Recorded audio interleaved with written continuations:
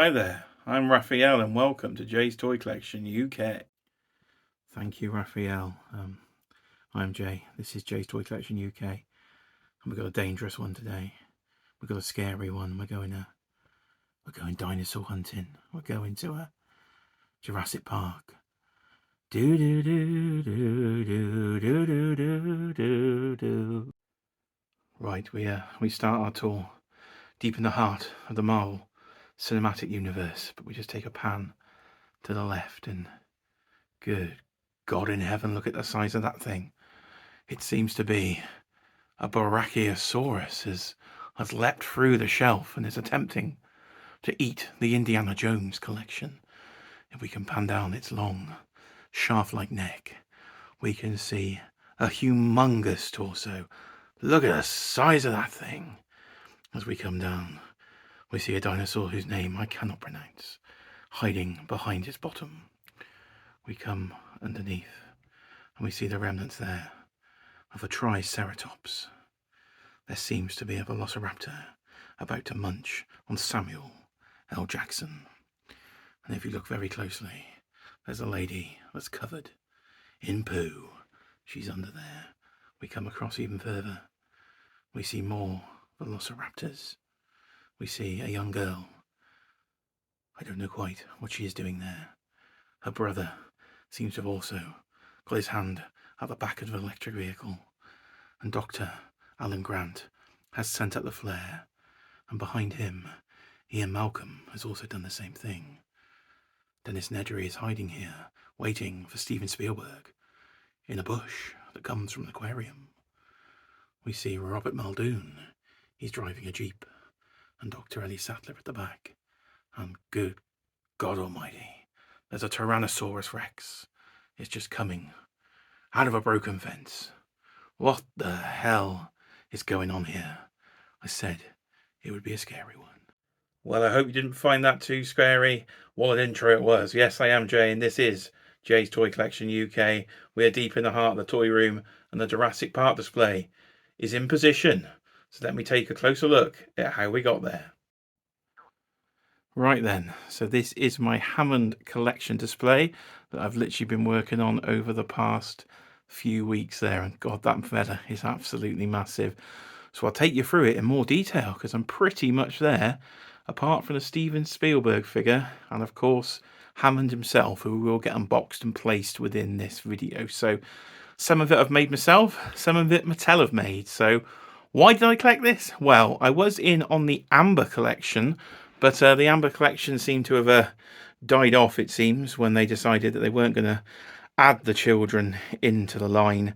So I gave up with that and sold it and thought that would be it for me in Jurassic Park, really, until the Jurassic Park gates started coming out. Of course, they haven't funded and they're way overpriced, but they did kind of trigger an idea. Could I do some 3 3/4 inch sort of displaying? And it turns out I could. So if I just come down here, this section of the toy room, which I haven't done a full video on yet, has got some 3 3/4 inch figures in, from Judge Dredd to the Marvel 375 to Transformers. Quite a lot of those have come in. And if you've seen some of my pickup videos over the last month, there's a ton of G.I. Joe to go in there. But we'll focus on Jurassic Park today. Spoiler, there is a Star Wars collection as well, a little teaser over there to come. So I've ventured into what I said I wouldn't really do, this 3 3/4 inch, but you can do some good sort of world building and displaying within the scale. So I managed to backtrack pretty much all of these figures, and I'll sort of tell you where I got them and how I put the display together. So this big fella has literally just come in this morning. I think it's the Brachiosaurus.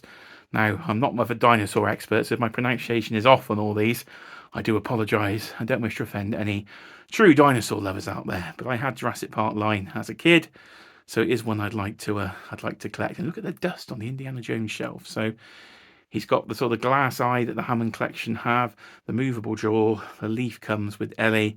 He has a fully articulated sort of pinless neck. It's seamless, I suppose, as well, the neck there, so that does move. Absolutely massive this thing is. This is a 13-inch high cube he's in, and he goes way up into the one above, so he does stick out, which I thought would be kind of cool. I could sort of just pat his head as I walk by in the toy room. The body takes up the whole depth, which is another 13 inches. So if you are looking to get this one, He is literally just coming out over the last week or so, just over £100, I think he is. I managed to pick him up, I think, from Jurassic Toys here in the UK, because most of the UK stock had sold out by the time I decided to try and collect this line. But I thought, you can't have Jurassic Park. He's the first dinosaur you see in the classic Jurassic Park film. It's the 30th anniversary. I've got the poster over there on my wall of interchangeable posters. Those are just magnetic poster holders that I've attached to the double deep unit. As I say, I've got to get around to doing some full toy room tour videos, because there's been lots of updates here with the double deep unit. But that does give you the chance of having those posters to match. This is kind of my movie section of the toy room there. You saw Raph introduce the video at the top with the turtles. We've got the MCU, and we've got horror and things over there. But let's try and keep focused on Jurassic Park. I'm terrible at keeping focus, but you get the idea by now. But yeah, absolutely massive. So you're going to need some serious space if you want to put him in your collection, but I've got to have him. So I am focusing purely on the first movie. I've not really watched many of the modern ones. Haven't watched Dominion.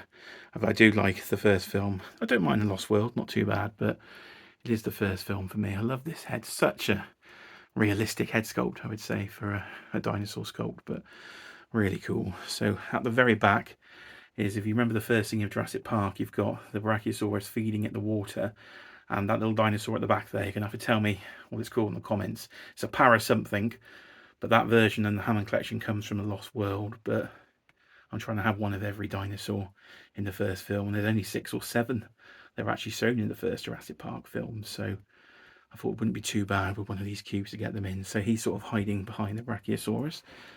And if I come right down here, you will see, of course, Samuel L. Jackson's character there. He does come with interchangeable arms, so one of those might be getting bitten off by the Velociraptor at a time to come. But at the moment, he's still got his suit on. Velociraptors, I've got 3. I think there were 3 in the first film. So these come from Big Bad Toy Store, because they'd sold out here in the UK. So I managed to backtrack from Big Bad on those. Now we can get right under there. Ellie Sattler's in there with her interchangeable poo hands. So you can't beat a bit of poo hands. What a great accessory that was. So she had to go in there. And of course the Stegosaurus, the ill Stegosaurus, is eating the berries. So she's going through the poo in the film. So the Stegosaurus luckily fits underneath the Brachiosaurus, because I might have run out of space there. If I go to the back, we've got the Jeep. We've got the JP10 Jeep. And I've got Robert Muldoon doing the driving there. And Ellie's in her raincoat. So that's from the Legacy collection of Jurassic Park line. I think it's the Jurassic World line it's technically called, but the Legacy collection. So managed to pick that up off eBay for about £30, which wasn't too bad.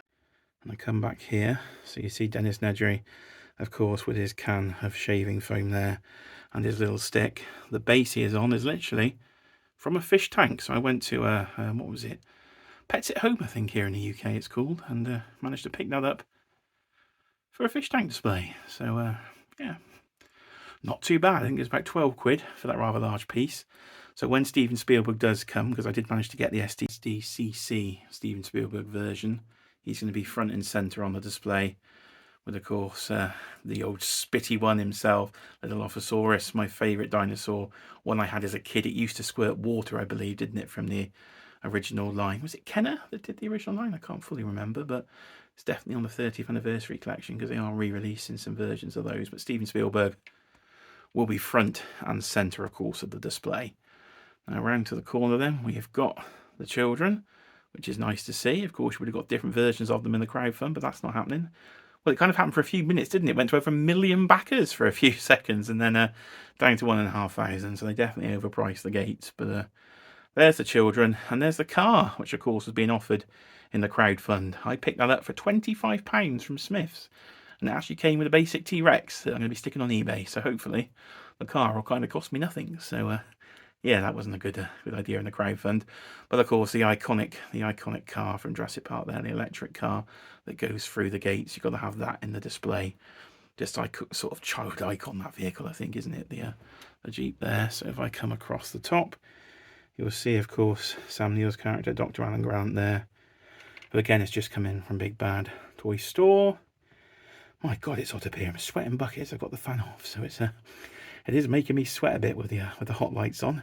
It's almost like I'm in Jurassic Park in the heat on the old Ilsa Nibbler Island. So there's Alan Grant, again interchangeable head sculpt. But I'm trying to recreate the sort of running away from T-Rex at night scene. So he's got the hat on and the flares up, and there, and of course, is Dr. Ian Malcolm under the T-Rex at the back as well, as they're trying to save the kids. But I do need the guy on the toilet, but it seems he was a San Diego Comic-Con exclusive a couple of years back, and it's going for over £300. So I don't think the guy on the toilet's going to be happening, but it would be nice to get him there. So I've got the Easter egg of the little goggles on the back, and then of course the crowning glory is the T-Rex itself. I don't know if I can get under there. It's going to be a hard angle to get. There we go. There's the angle on the T-Rex. That is the Hammond collection version. Managed to pick up from Amazon. It's about £68, I think. So much paint detail on that. Again, glass eye, and just looks really, really good compared to the basic line. So I've got none of the basic dinosaurs in here. These are all the Hammond collection. Right, let's get crafty then. So at the very back, I thought you've got to have the T-Rex sort of come in through the fence. And of course, the fence didn't happen in the Jurassic Park gate set. So I thought I'm going to try and make my own. So I went down a local hobby store, Hobbycraft here in the UK, and picked up a few bits. So this is the first of my craft videos in a way, because I've also done the same thing for Return of the Jedi with a 3 3/4 inch. I've made my own Forest of Endor, but I have made the fence here. I'm not the greatest sort of customizer, but I've given it a go. So the plants at the back are literally just from a fish tank, just to create some sort of foliage there in the display. Nice and green. They almost look like tropical plants, which I think you'd find on the tropical islands, so they work quite well. The base is just pieces of foam, so we can't get like the Diorama builders foam here in the UK. That is actually for flower arranging, I think. So it's the floristry block. It costs £2 for a massive block of it. You just cut it up with a knife. It does come in grey, and I just put a bit of a sort of grey acrylic sort of wet wash over the top of it because it was a bit shiny, so that sort of dulled down the shine, but it does glimmer a bit, so it still looks like it's wet because of course it was at night when the T-Rex escaped. The 3 poles I put in are literally just balsa wood, so again from the hobby store. I think it was about £4 for a metre of balsa wood, and I just carved out the base of the foam and just slotted them in there. And the wire, again from the hobby store, is again just florist wire for tying up your flowers and doing your bouquet and flower arranging. So I think at checkout they must have thought I was well into my flower arranging. Little did they know I wanted to build a Jurassic Park diorama. So I just cut it up with a pair of pliers, and it's very malleable, so you just twist it, and then because it's balsa wood, you can literally just squeeze the metal into the balsa wood, so it's literally just pinned in there, and then a bit of cheap super glue just to stick it in. And then there you go, a bit of filth, my first stick it in of the video. And then you've got the just a grey wash over the top with acrylic grey paint I had lying about in the cupboard. So all in all, cost less than a tenner to do, but I think, if I do say so myself, it does look quite effective there with the T-Rex coming through. You may notice the T-Rex and the Brachiosaurus do not have their tails on, because if I put their tails on, there's absolutely no way in hell they were fitting in a 13-inch deep display. But that is the T-Rex sort of running after the children as the power's gone off, because Nedry's tried to pull a fast one, isn't he, and get the dinosaur embryos out of there. He'll be getting a spray in the face. He does come with a sprayed face alternate head, which of course when Steven Spielberg comes, I'll be setting up that scene front and centre. But that is it really for the little display. So yeah, not too bad to backtrack all those things. Props and replicas for most of the human figures here in the UK. A few of the dinosaurs, I say, Big Bad Toy Store, and the other retailers I've mentioned to try and backtrack everything. So if it's something you want to give a go, you're just about in the right time, I think, to try and give it a go. They haven't fully sold out yet. I do like this though. As you just sort of walk around the toy room, you've got that fella's big head down there. So let's get Mr. Hammond open. Now, if you haven't seen the boxes for these Hammond collection figures, they're quite nice. You've got a shiny sort of embossed skeleton T-Rex. That would be a cool figure they could make for the Hammond collection. Maybe they could make a visitor centre. I think that would make a better crowdfunding project than what we had. Got the Hammond collection on the side, digital render of Hammond there, and him on the back. So let's see if I can get him. And there he is out the packaging then. So you do get the accessories of the cane with the sort of crystally thing on the top, made of the old amber, isn't it, with the old mosquito inside. And you've got his bucket of ice cream and a scoop, so that's an accessory I don't have. His grandchildren are off being attacked by velociraptors and he's having some ice cream. Weird fella. But that is, of course, Hammond himself. And that is it, really. That is the Jurassic Park collection so far. Just needs Steven Spielberg. And I think there is a variant, of course, of Nedry as well, when he's in his blue Hawaiian shirt. But that is what I managed to come up with. So I hope you like the display. And there'll be many more sort of toy room tour videos to come, because there's been a lot of changes, a lot of changes, you could say, since I last did the toy room tour at the start of the year, with all these different 3 3/4 inch things that have come in. And also, even over there, the wall of toys is changing with, again, 3 3/4 retro cards. I've suddenly got a 3 3/4 fetish this year, it seems. So I have been Jay. This has been Jay's Toy Collection UK. Please, of course, do comment, like, and subscribe.